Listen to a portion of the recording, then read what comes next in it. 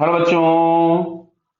Question में दिया है wire of length 40 centimetre has mass 4 gram oscillates in second harmonic and set air column tube to vibrate in the fundamental mode as shown in the figure. Clear है? तो pipe में अगर fundamental mode है मतलब pipe में आपके पास ही कुछ ऐसा बना होगा लैम्डा बाई 4। क्लियर? और लैम्डा बाई 4 बराबर आपके पास दिया है 1 मीटर। तो चलो मैं पहले इसके लिए कैलकुलेशन कर लेता हूं। तो lambda by 4 is equals to L, जो कि हम लोगों को दिया है 1। क्लियर?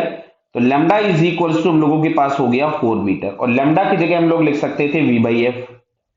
तो v by f is equals to 4, और हम लोगों को वेलोसिटी देखो दी गई है एयर में, दिस वन। क्लियर है? तो यहां से अगर हम लोग एफ निकालेंगे तो एफ इज इक्वल्स टू मिलता है v by 4, that means 340 divided by 4।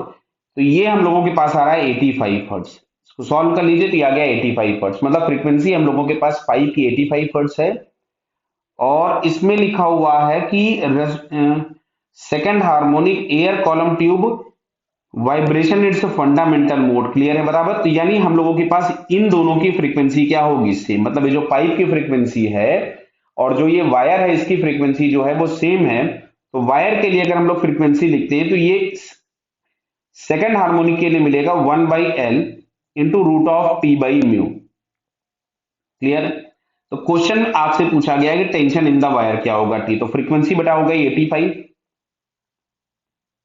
बराबर है। तो 85 is equal to 1/L। L हम लोगों के पास हो गया 0.4 into root of T by mu. चलिए मैं म्यू यहां पे अलग से निकाल देता हूं। तो म्यू इज इक्वल टू हम लोग लिखेंगे एम बाई एल। तो मास गिवन है आपके पास 4 इंटू 10⁻³ kg, और एल दिया गया था 0.4 मीटर्स। बराबर।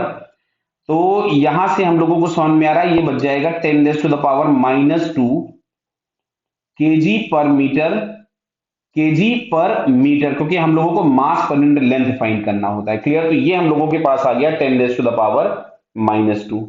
क्या क्लियर बेटा? तो यहां पे मैंने इसको म्यू को म्यू पढ़ा रहने दीजिए, हम दोनों तरफ का स्क्वायर कर देते। तो टी बराबर हमारे पास मिलेगा 85 इंटू 85 इंटू 0.14 का स्क्वायर कर दिया तो 0.16 इंटू म्यू, और म्यू बराबर हमारे पास आ रहा था 10⁻²। तो अब अगर हम लोग इसको सॉल्व करें, ये 85 है, यहाँ पॉइंट नहीं है, 85 इंटू 85। तो इन वैल्यूज को अगर हम लोग सॉल्व करते हैं तो ये आपको मिलेगा नियरली 11.56 न्यूटन। सारी वैल्यूज सॉल्व कर लिया यहाँ पे, पूरे टर्म को आप कैलकुलेट कर लीजिए तो इट इज नियरली 11.56 न्यूटन। तो टेंशन जो आपसे पूछा गया था स्ट्रिंग में वो मिल गया। क्लियर बेटा? All the best.